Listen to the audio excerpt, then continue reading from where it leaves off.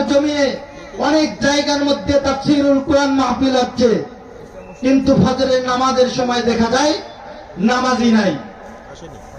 আমরা তাফসীরুল কোরআন মাহফিল শুনতেছি, কিন্তু আল্লাহর হুকুমের মধ্য থেকে 1 নম্বর হুকুম যেটা হচ্ছে নামাজ কায়েম করতে হবে, সেই নামাজ আজকে আমরা কায়েম করতেছি না, সেই নামাজ আজকে আমরা পড়তেছি না। আল্লাহ রাব্বুল আলামিনের দাসত্ব এবং গোলামি করতেছি না। আপনি আমি চিন্তা করি যে আল্লাহ রাব্বুল আলামিন আপনাকে আমাকে ওয়াহিদুক 40টা বছর দেয় নাই।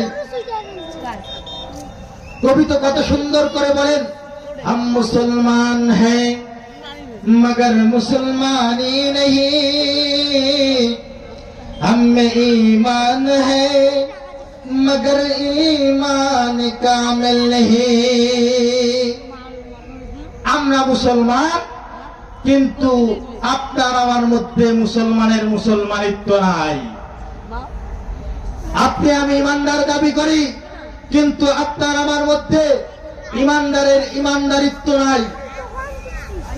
কোথায় গেছো মুসলমান?